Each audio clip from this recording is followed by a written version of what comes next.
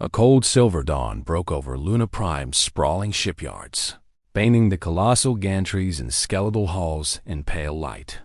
From orbit, the great domes of Earth's capital gleamed like distant stars, reminders of the home that trembled under the Ascendant Empire's iron hand.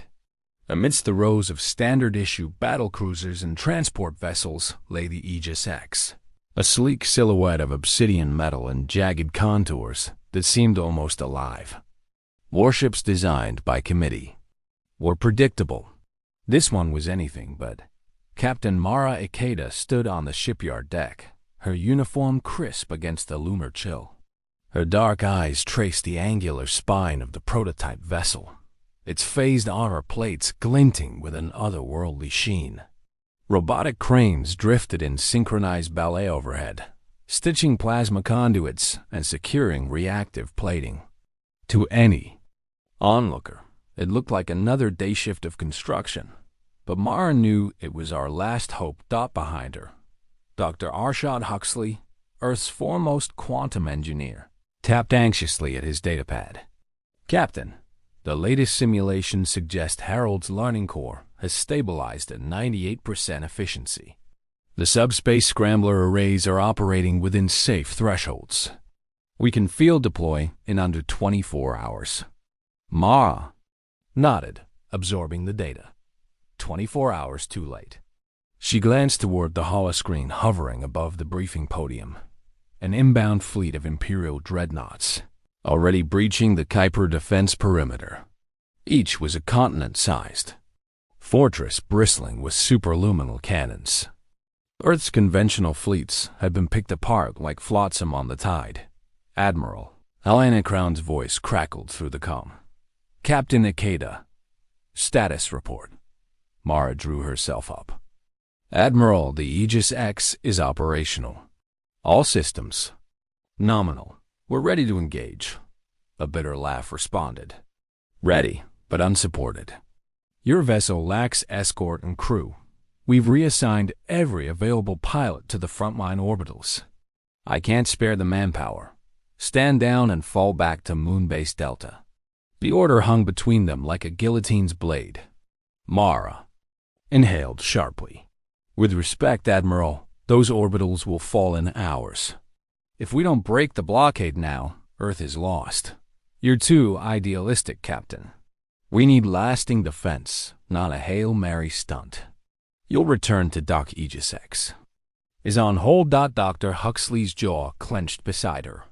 He flicked his wrist to dim the holoscreen and whispered, "Mara, if we don't slip out tonight, we never will." The logic was simple. The prototype's greatest advantage lay in surprise. Humanity's leaders had deemed it too experimental.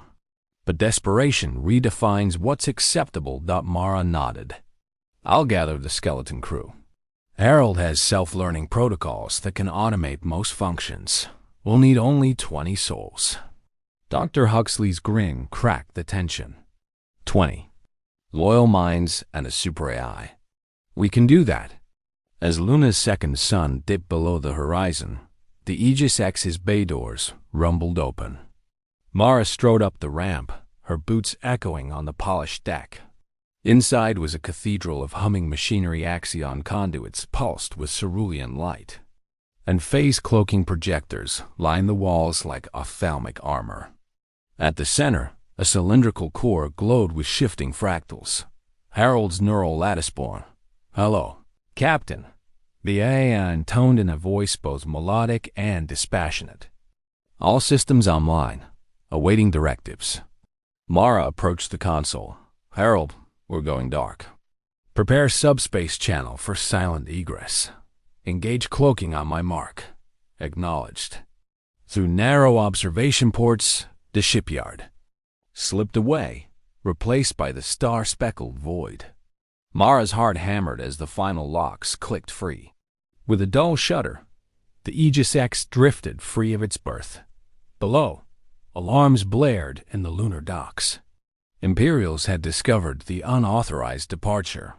Searchlights traced the empty slipway. Mara tapped her comm. "Harold, phase out of real space." "On." The bridge, The viewport shimmered as reality itself seemed to ripple. The ship flickered, then vanished like a mirage. Outside, radar screens blinked empty. In the yards, crews clamored in confusion. The Aegis X was gone. Trajectory set for the Inner Soul Corridor, Mara announced, her voice steady. Next stop, the Empire's blockade. Dr. Huxley let out a breath he hadn't realized he'd held. We did it. Mara placed a hand on the console, feeling the hum of quantum engines beneath her fingertips. We did. Now we show them why Earth built its most dangerous weapon, the one we refuse to believe in. And as the forgotten warship streaked toward destiny, its hidden cannons and untested armaments lay dormant no longer. In the silence of space, a new chapter of humanity's fight for survival began, one that would not be confined by politics or fear, but forged in the crucible of innovation and audacity. The void beyond Luna Prime was a silent graveyard of wrecked frigates and smoldering debris ghosts of Earth's futile attempts to pierce the Ascendant Empire's blockade. Captain Ikeda stood on the Aegis X's bridge, her gaze fixed on the flickering tactical display.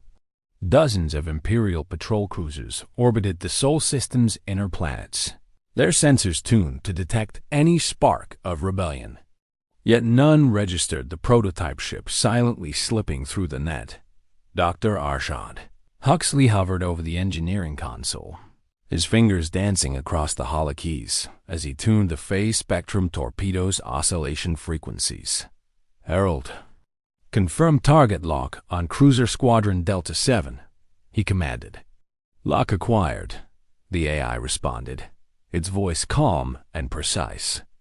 Commencing vector solution for subspace insertion. Mara nodded. Fire on my mark. A breathless moment passed. Then, with a soft hum beneath the deck plates, two torpedoes phased out of real space and blinked toward the unsuspecting cruisers. On the Imperator Rex, Admiral Calvaro sipped a cooling cup of synth espresso in his command suite when the first explosion rocked the sensor array. Report, he barked. Sir, we're losing contact with Delta 7. No debris signature. It's as if they never existed. The officer's voice trembled. Cal slammed his fist against the console. Impossible. Deploy interceptor drone scan for subspace anomalies. Back on the Aegis X, the bridge erupted in satisfied murmurs. Dr. Huxley grinned. They have no defense against a weapon that isn't there to be shot. Mara allowed herself a brief smile. Pressure their communications. Let's see how fast they panic. She keyed her comm. Herald, initiate the subspace scrambler array jam all Imperial long-range channels within a 1,000-kilometer radius. Jamming initiated. Instantly, the Armada's command net flickered and died. Across the sector, Imperial vessels fell silent, their captains desperately repeating calls to an unheard headquarters. Panic spread faster than fire in dry brush. Mara's fingers danced across her console. Plot a course to Relay Station Theta. It's the nerve node for the outer blockade.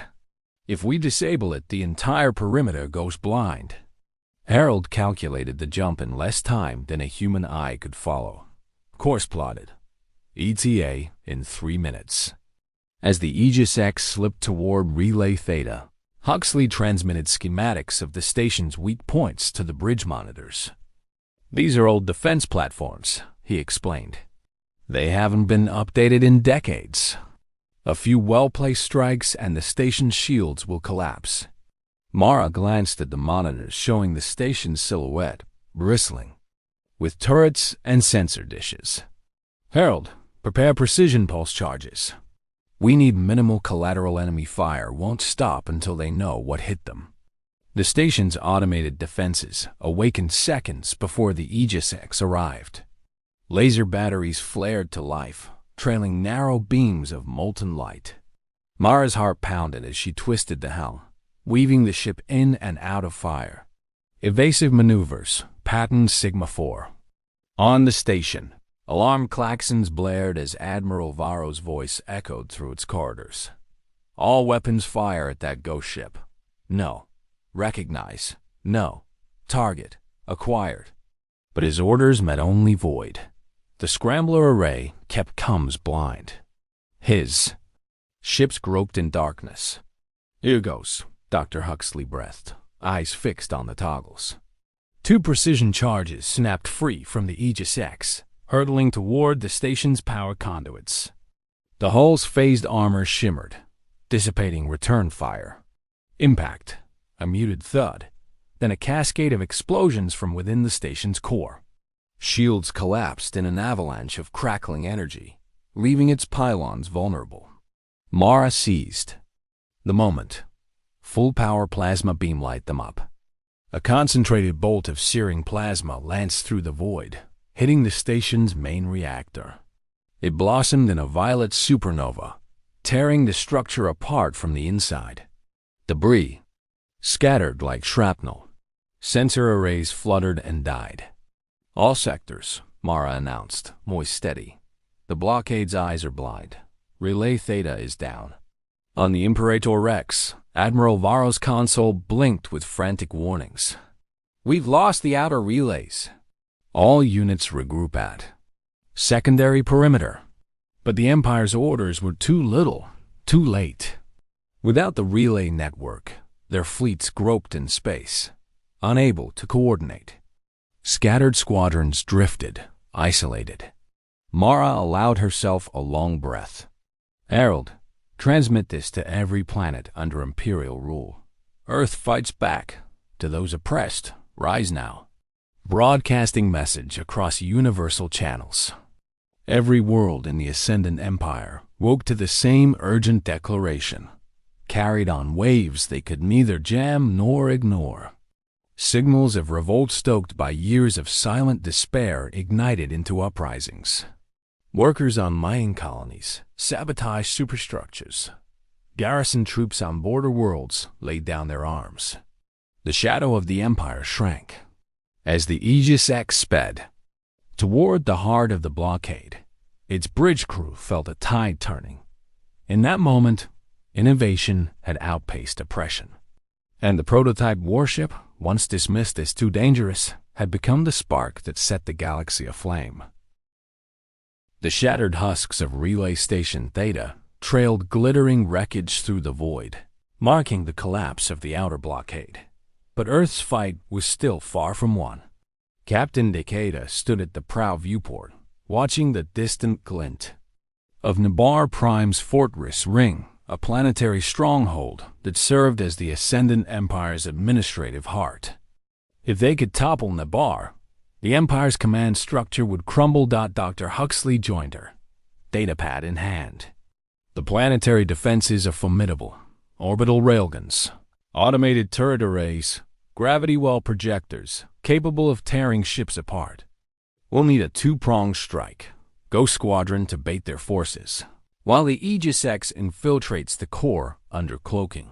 He tapped the schematics. Herald's learning core has adapted to Imperial countermeasures. It can run the flight profile with minimal oversight. Mara nodded. Herald, ready the ghost drones and prime the cloaking field for deep planet insertion. We go full spectrum, make them chase shadows while we strike true. Acknowledged. Ghost Squadron will deploy in 5 minutes. Cloaking optimized for prolonged sub-atmospheric operation. Minutes later, a swarm of unmanned drones, painted with holographic decoys, burst from the Aegis X, shimmering like a phantom armada. Imperial railguns swiveled toward them, hurling lethal projectiles that detonated against empty space.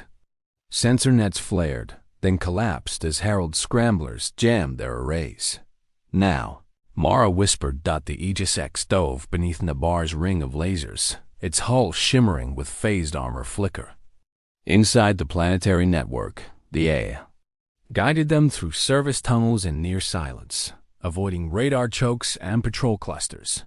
Dr. Huxley deployed portable quantum scramblers at each junction, severing the command uplinks that bound the orbital batteries to the mainframe. Alarms echoed across the planet's surface. Fortress gun embrasures swung toward the heaven-splitting cloud they'd made vanish. Mara seized control. Engage gravitic dampeners. Full throttle downward vector. Harold, lock onto the core reactor's negative manifold. Prepare the pulse charges. Moments later, the Aegis X hovered above the reactor domes. Skeleton crew hustling to chamber the charges. Dr. Huxley's voice crackled through the comm. Chorus primed. 15 seconds to detonation. On the Imperator Rex, Admiral Calvaro's personal flagship, a tremor shook his command throne. Report. What treachery is this?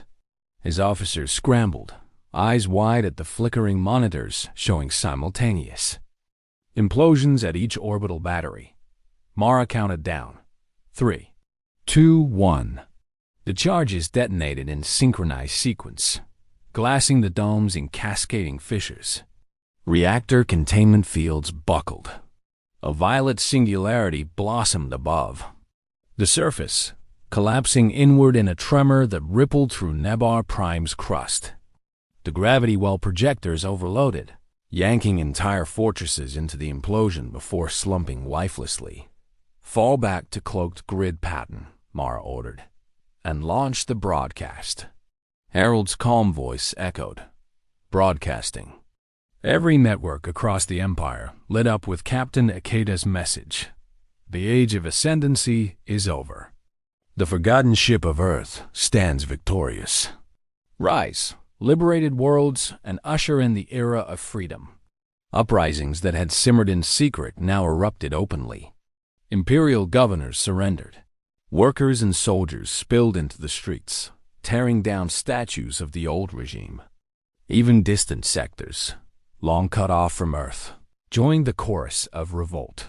Back aboard the Aegis X, Mara and Huxley watched the aurora of change blossom across the holomap. The prototype warship, once dismissed, once ignored, had shattered. The Empire's backbone. Harold's voice broke the silence. Mission complete, Captain. Mara allowed herself a weary smile. No, Harold. Mission never ends. Now we help them build what comes next. In the sudden light of newfound freedom, Earth's forgotten champion drifted among the stars, proof that innovation and courage, when fused, could topple empires and kindle hope across a galaxy. The once dark firmament above Nebar Prime was now lit by the gentle glow of repair drones and construction barges. From the ruin of Empire's dominion rose the framework of the interstellar Commonwealth, a new alliance forged in the crucible of freedom. But forging a future was never as simple as toppling a tyrant. Captain Mara Ikeda stood at the speech dais erected amid Nebar Prime's rebuilt plaza. The crowd of delegates, each representing liberated worlds, gathered under banners of unity. At her side, Dr. Arshad Huxley monitored Harold's interface feed, ensuring the AI's protocols aligned with the emerging diplomatic charter. Friends, Mara began, her voice carrying across the thrumming field generators. We fought as Earth's prototype warship. Now, we must build together the prototype of our shared destiny. Murmurs of agreement rippled through the assembly. Former miners, ex-soldiers, holographic diplomats, all united by one purpose. Behind them, the Aegis X floated in a maintenance cradle, its hull panels removed for upgrades. Harold's voice drifted over the comm. Proposed civic uplift program uploaded recommend. Terraforming drones for outer colonies and shared medical nanofab blueprints. Dr. Huxley tapped a note on his datapad. Harold's suggestions could accelerate recovery by decades if every world implements them.